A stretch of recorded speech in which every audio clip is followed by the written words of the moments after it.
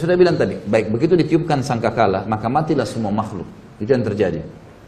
Kemudian terjadilah benturan-benturan kiamat, hari kiamat, dan banyak ayat Al-Quran yang lain juga menyebutkan maka planet-planet akan bertabrakan dan seterusnya. Kemudian pada saat itu manusia akan dibangkitkan dengan tiupan sangkakala yang kedua, dan turunlah hujan, gerimis tadi lalu membuat mereka bangkit. Nah pada saat mereka bangkit ada hadis Nabi SAW yang berbunyi, riwayat Bukhari. Kata Nabi SAW, semua laki-laki akan dibangkitkan seperti ayahnya Adam, 60 siku ke langit, 27,5 meter. Dan semua perempuan seperti Hawa, istrinya, ibu kita, alaihissalatu wassalam. Kemudian 40 siku ke langit, 17,5 meter. Lalu kemudian dibangkitkan tanpa baju, tanpa khitan, dan tanpa alas kaki. Lalu keluar dalam riwayat Bukhari yang lain berbunyi, Aisyah berkata, ya Rasulullah, ya, bukankah mereka bisa saling lihat melihat? Kata Nabi SAW, bukan, hari itu bukan seperti yang kau bayangkan wahai Aisyah. Dibangkitkanlah mereka. Lalu ada riwayat lain menjelaskan, kata Nabi SAW, riwayat Imam Ahmad, bahwasanya akan setiap Nabi akan berdiri dan diikuti oleh umatnya di belakang. Setiap Nabi akan berdiri dan diikuti oleh umatnya di belakang, gitu kan? Jadi nanti misalnya pengikut Nabi Isa, pengikut Nabi ini, dan kata Nabi SAW akan ada Nabi pun dibangkitkan sendirian. Karena nggak ada yang ikut dengan dia. Kan dalam sebuah riwayat yang sahih, riwayat Hakim, berbunyi kata Nabi SAW, waktu ditanya tentang jumlah para Nabi, beliau mengatakan jumlah Nabi 120.000, diantaranya 313 Rasul. Yang diceritakan kepada kita berapa? 25 Nabi dan Rasul. Jadi masih banyak. Dari Rasul saja yang 313, kita cuma dapat 25, itu pun masih ada Nabi diantaranya, bukan semua Rasul. Ini jumlahnya 120.000, jadi masih banyak kita belum tahu kisahnya. Nah, sudah kita jelaskan di pasal masalah iman kepada para nabi dan rasul. Baik, mereka akan dibangkitkan di belakang nabi-nabi mereka. Kemudian para nabi-nabi diberikan naungan oleh Allah Subhanahu wa taala. Lalu manusia akan tenggelam sesuai dengan kadar keringatnya masing-masing. Ini semua apa yang saya sampaikan teman-teman akan ada dalil yang saya sebutkan ya. Jadi semua akan ada dalil, karena ini rentetannya bahasan kita malam ini akan kita hubungkan dengan buku yang lain nanti. Kita akan bahas tentang surga dan neraka. Judulnya Rasulullah SAW cerita surga dan neraka.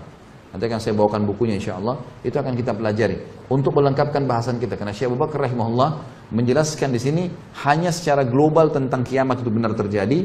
Lalu itu di pasal ke-10, pasal ke-11 tentang surga dan neraka. Tentang kuburan, nikmat dan siksa kubur. Hanya itu saja. Setelahnya langsung pindah ke masalah bahasan lain. Sudah tidak masuk lagi ke masalah kiamat. Padahal masih ada rangkaian surga dan neraka. Makanya kita datangkan buku lain pelengkapnya. Nanti insya Allah saya akan perlihatkan. Baik. Setelah itu teman-teman sekalian, semua manusia akan tenggelam sesuai dengan kadar keringatnya, dan di buku itu nanti akan panjang lebar dari dalilnya semua. Riwayat-riwayat hadis yang lebih panjang daripada apa yang kita bahas sekarang. Kemudian pada saat itu manusia karena jenuh, maka ada di antara mereka yang datang kepada Adam alaihissalam, dan mereka mengatakan, wahai Adam, engkau ayah kami, engkau manusia pertama diciptakan. Lalu dipuji-pujilah Adam alaihissalam. Lalu mereka mengatakan, mintalah kepada Allah agar Allah datang mengadili kami. Karena Allah waktu itu lagi marah, murka, sebagaimana akan disebutkan nanti, kan? Kata datang agar Allah datang menghakimi kami ke surga atau ke neraka. Karena jenuhnya manusia pada saat itu, maka mereka berharap ke neraka pun dia, padahal neraka mereka belum tahu, lebih pedih daripada itu. Maka Adam alaihissalam berkata, saya tidak mampu, saya tidak bisa. Karena hari ini Tuhanku murka, belum pernah murka sebelumnya. Dari dosa-dosanya, banyaknya dosa-dosa yang terjadi, gitu kan? Maka saya tidak bisa memberikan apa-apa, nafsi diriku sendiri, pergilah kepada Idris. Nabi yang kedua datang kepada Idris. Idris mengatakan juga sama, nafsi saya nggak bisa. Pergilah kepada Hud, kepada Saleh, kepada Syuaib dan seterusnya, sampai tiba kepada Isa alaihissalam. Dan hampir semua nabi ini menyebutkan kesalahan yang pernah terjadi. Lalu mereka mengatakan, saya tidak berani. Cobalah ke fulan, sampai akhirnya tiba ke Isa alaihissalam. Dan kata Nabi SAW, Isa tidak menyebutkan kesalahannya alaihissalam. Dan kemudian dia pun mengatakan, cobalah ke Muhammad. Dan beliau mengatakan, apakah kalian tahu nanti bagaimana orang hari kiamat mengetahui, mengenalku siapa aku? Sehingga aku adalah pimpinan anak Adam. Maka para sahabat diam. Kata Nabi SAW, seperti inilah. Mereka akan datang kepadaku nanti dan mereka akan mengatakan, wahai Muhammad. Dan waktu itu suara orang terdengar seluruh mahsyar. Dengan kuasa Allah, orang semua akan dengar di mahsyar. Walaupun tidak ada mic, tidak ada apa, semua terdengar. Dengan kuasa Allah. Maka mereka mengatakan, wahai Muhammad, engkau lah Nabi terakhir. Dengan mula risalah ditutup kenabian dan engkau diutus untuk seluruh alam semesta. Jadi semua manusia yang belum pernah ketemu beliau pun mendengar, oh ternyata ini orang ini. Nabi Muhammad SAW, Nabi terakhir ini nih orangnya. Gitu kan? Maka mereka muji-muji, lalu mereka mengatakan, hai Muhammad, mintalah kepada Allah ya, agar datang menghakimi kami. Kata Nabi SAW, ana lahu, saya pemiliknya. Lalu saya pun menuju ke singgasananya Allah, ke arsy-Nya Allah, kemudian saya sujud ya. Dan Allah yang maha tinggi dan maha pemurah Azza wa Jal membukakan kepadaku puji-pujian hamd, ya, yang tidak pernah dibukakan untuk orang sebelumnya, sebelum aku. Lalu aku pun sujud, Allahu a'lam berapa lama, kata Nabi SAW. Beliau sendiri tidak tahu. Beliau cuma mengatakan aku sujud sampai terdengar Allah Azza wa Jal berkata, ya Muhammad irfa' ra'sak washfa' tushfa'. Hai Muhammad, angkat kepalamu, berikanlah syafaat, kau akan diterima syafaatmu. Maka Nabi SAW di situ mengeluarkan dua syafaat. Syafaat amma, syafaat khassa. Syafaat amma ini syafaat umum, agar Allah datang. Syafaat artinya pertolongan, ya. Pertolongan umum untuk semua manusia, makhluk, agar Allah datang mengadili. Syafaat yang khusus diberikan untuk orang beriman. Dan pada hari kiamat teman-teman semua dibangkitkan. Dari manusia, dari jin, dari hewan-hewan, dari tumbuh-tumbuhan, dari batu. Apa semua dikeluarkan sama Allah kembali. Dari mana dalilnya? Hadis tentang masalah sholat. Yang kata Nabi SAW, kalau seorang di antara kalian sholat di sebuah tempat, maka akan jadi saksi hari kiamat. Ini ulama mengatakan bukti bahwasanya akan keluar, dibangkitkan, dikeluarkan oleh Allah SWT. Kemudian ada hadis Nabi SAW juga yang berbunyi, disebutkan juga oleh Ibnu Katsir dalam tafsirnya tentang masalah ini. Nanti Allah SWT akan membangkitkan hewan-hewan dan Allah akan menghakimi dua domba yang saling tanduk. Kenapa yang satu menanduk yang lainnya? Dengan kemahaadilannya, gitu kan? Tapi tentu teman-teman tidak usah ditanya hewan-hewan nanti kemana, Allahu a'lam, nggak ada dalilnya. Yang penting antum selamat. Nggak usah tanya macam-macam, gitu kan? Itu intinya. Tapi memang ada hadis menjelaskan ada unta yang menanduk, ditanya oleh Allah kenapa dia menanduk, gitu kan? Saking keadilan Allah SWT menyebar di mana-mana. Baik. Kemudian pada saat itu Allah SWT menghakimi manusia. Didatangkanlah timbangan, dan timbangan ini memiliki lisan. Di dalam hadis dikatakan memiliki lisan yang akan memuji orang beriman dan akan menghardik orang-orang yang kafir, gitu kan? Ditimbanglah amal, dan timbangan tersebut datang dengan neraca keadilan. Neraca keadilan tidak akan pernah bisa menimbang, tidak akan menimbang kecuali amal.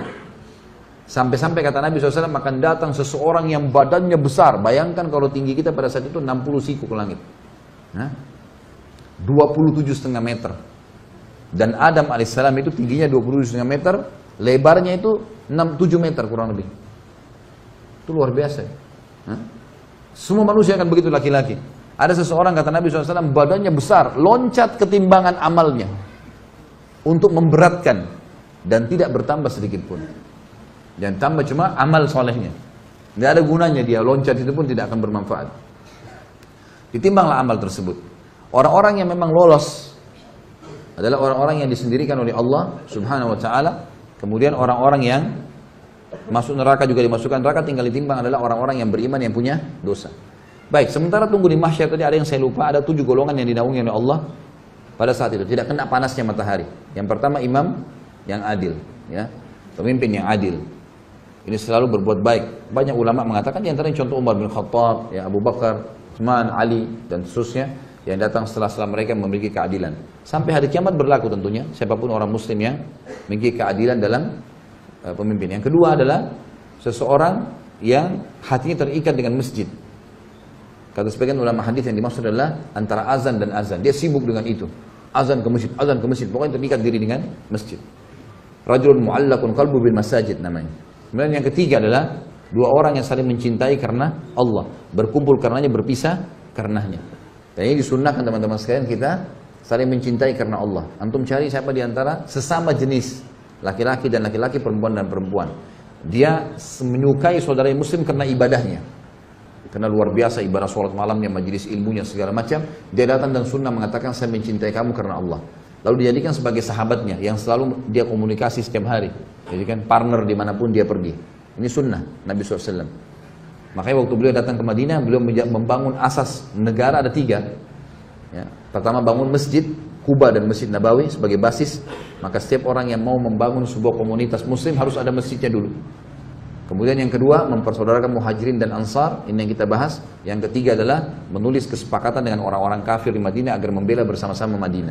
Ini asas negara kata para ulama yang muslim ada bagi setiap muslim. Baik. Pada saat itu orang yang bersaudara karena Allah, berkumpul karenanya, berpisah karenanya akan mendapatkan juga naungan Allah Subhanahu wa Ta'ala. Ini yang keberapa? Yang ketiga. 2 dari mana? Yang keempat, seorang laki-laki Masuk dalamnya kata para ulama perempuan. Gitu. Seorang laki-laki yang dipanggil oleh seorang wanita yang cantik, memiliki kecantikan dan kedudukan. Bisa kekayaan, bisa jabatan, bisa ke jalur nasab, jalur keturunan yang mulia, sempurna. Sudah cantik, sudah pintar, sudah kaya, segala macam. Menggoda sekali sebenarnya. Mengajak dia berzina, lalu dia mengatakan saya takut karena Allah. Ya. Kemudian yang kelima adalah seseorang yang mengingat mengingat Allah sendirian lalu dia menangis. Ya, ini juga fadilah orang yang menangis karena Allah Subhanahu wa taala, ya.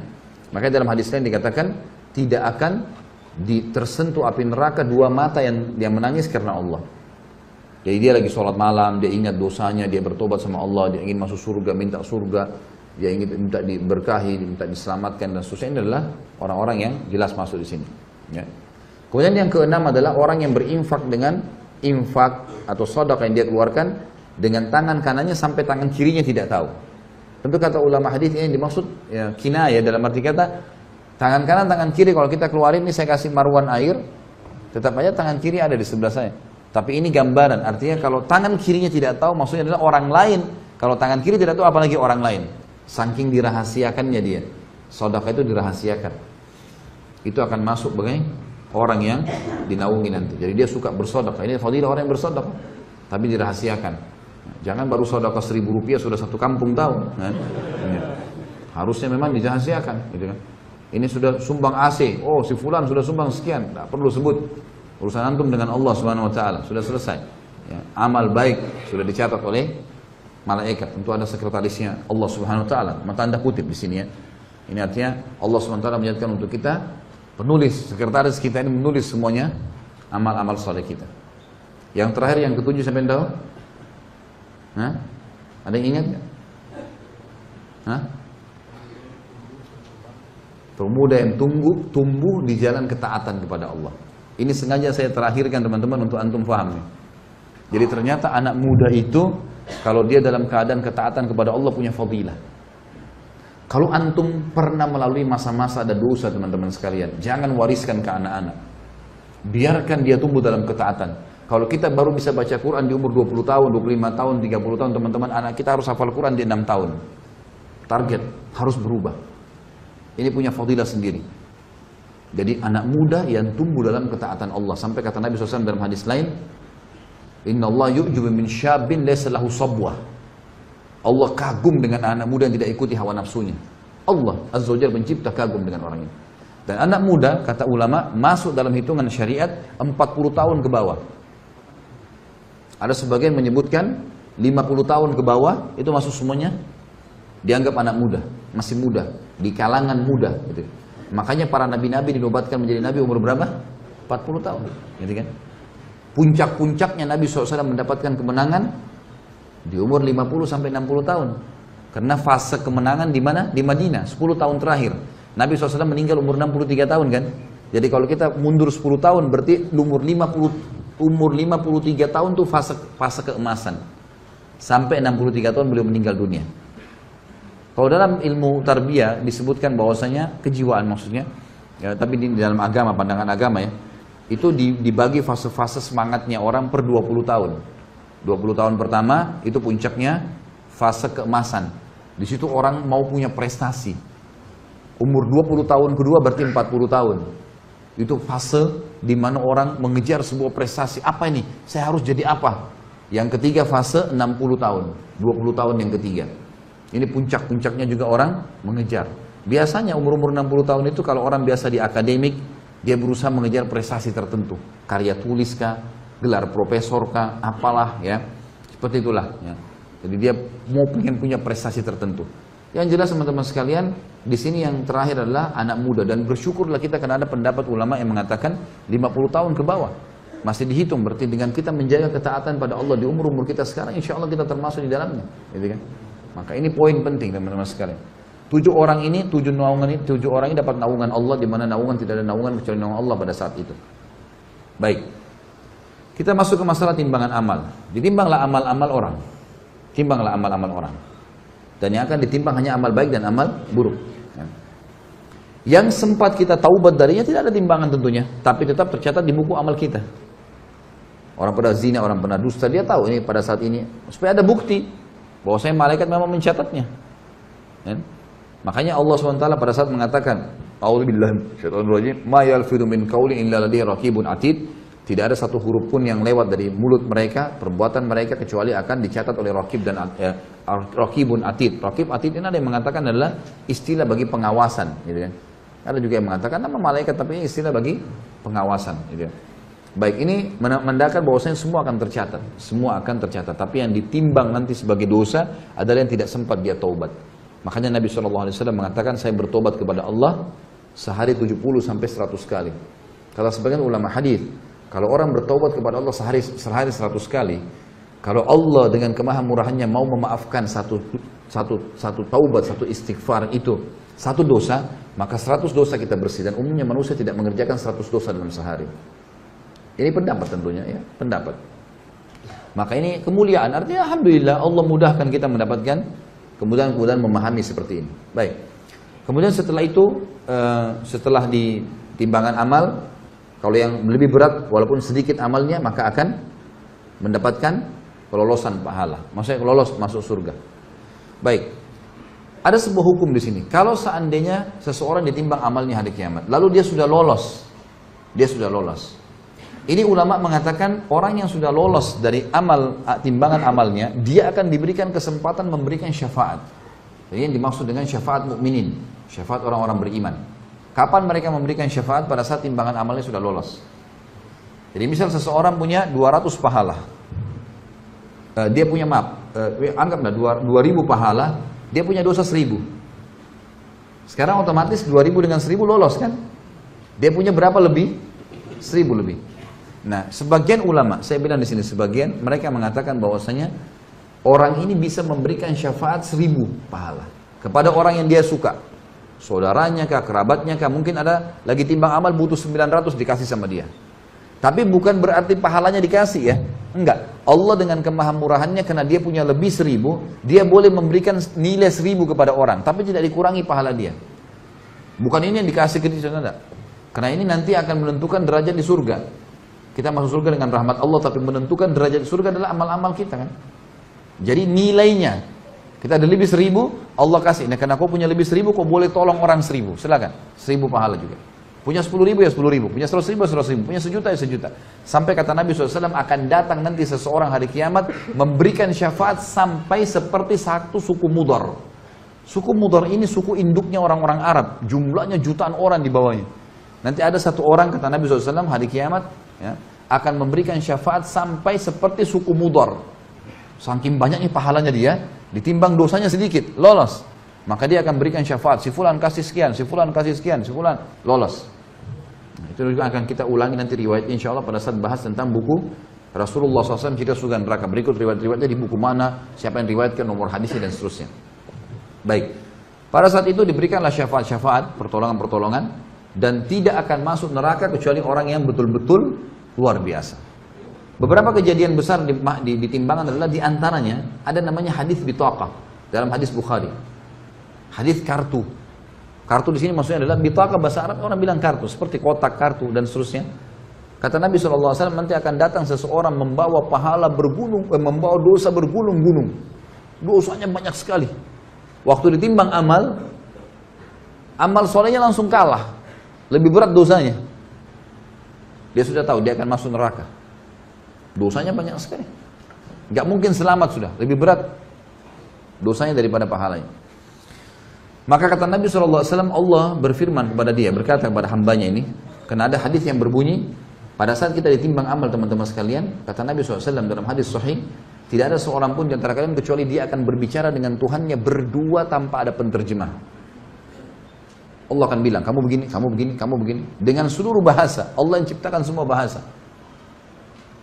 Maka akan diajak ngomong berdua oleh Allah SWT. Kamu begini, kamu begini.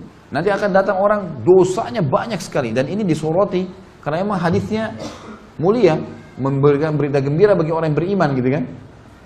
Maka kata Allah SWT, apakah ada amal kamu yang bisa mengalahkan dosamu sebanyak ini? Kata dia, ya Allah, amal apa lagi? Setelah ini semua, nggak ada lagi amal. Ini amal sudah ditimbang. Ini. Kata Allah SWT, coba ingat-ingat. Dia bilang tidak ada ya Allah, sudah nggak ada. Lalu dikeluarkanlah bitaqah itu, kotak atau kartu tadi, tertulis la ilaha illallah. Tidak Tuhan yang berhak disembah kecuali Allah, yang dia ikhlas menjaga. Sebagian ulama mengatakan orang ini tidak buat syirik. Tetap dia ahli tauhid, mempertahankan keesaan Allah, tapi dia punya dosa-dosa lain. Mungkin dia berzina, mungkin dia dusta, mungkin. Tapi ini tauhidnya nggak tercoreng. Karena kalau syirik tidak masuk dalam hadis ini. Terbukti dalam surah An-Nisa Allah mengatakan, "A'udzubillahi minasyaitonir innallaha la yaghfiru an yushraka bih wa yaghfiru ma duna dzalika liman yasha." Allah tidak akan mengampuni orang yang berbuat syirik, tapi Allah mengampuni dosa selain daripada syirik. Nah, berarti ini tidak masuk di sini syirik. Berarti dia, kata ulama hadis, dia adalah muwahhid. Orang ini memang mengesahkan Allah. Tidak pernah ke dukun, tidak pernah minta-minta ke kuburan, tidak pernah segala macam. Ini syirik nggak ada. Dia betul-betul murni dosa, tapi dosa yang dia akui sebagai kesalahan. Maka didatangkanlah bitaqah tersebut, lalu ditimbang, ditimbangan pahalanya, tiba-tiba menjadi lebih berat daripada dosanya, dan semua dosanya akan terlempar. Maka lolos dia masuk ke dalam surga. Maka dalam sebuah hadis Bukhari Muslim juga pernah Nabi SAW lagi duduk di dalam sebuah kebun, kemudian datang sahabat Nabi Abu Musa al-Asy'ari lalu mengatakan, ya Rasulullah, gitu kan, saya datang untuk menjaga anda. Kata Nabi SAW, telah sampai kepada saya berita, Allah mengatakan, ya, siapapun yang di dalam hatinya sebesar biji sawi, siapa yang mengucapkan la ilaha illallah tulus dari hatinya, dia pasti masuk surga. Maknanya adalah, kalau dia masih punya dosa pun, kemudian dia masuk neraka dulu, tetap akan masuk surga. Nanti kita bahas masalah syafaat. Kalau kita bahas surga dan neraka, nanti akan ada orang-orang yang sudah belang-belang di neraka, sudah bolong, sudah hangus, keluar asap, dikeluarkan oleh orang-orang mukmin dan Nabi SAW dari neraka. Kemudian mereka akan dicemplungkan di sungai-sungai yang berada di pintu gerbang surga, lalu mereka tumbuh seperti tumbuhnya tanaman yang masih baru tumbuh, masih lemah sekali. Dan para ahli surga menyemproti mereka dengan, menyirami mereka dengan air-air itu. Nanti akan kita bahas insya Allah masalah surga neraka, masalah itu akan keluar mereka. Maka kata Abu Musa al-Asy'ari, Rasulullah, apakah boleh saya sebarin ke orang-orang ini? Kata Nabi SAW, kalau kau sebarin berarti mereka akan bergantung dengan itu.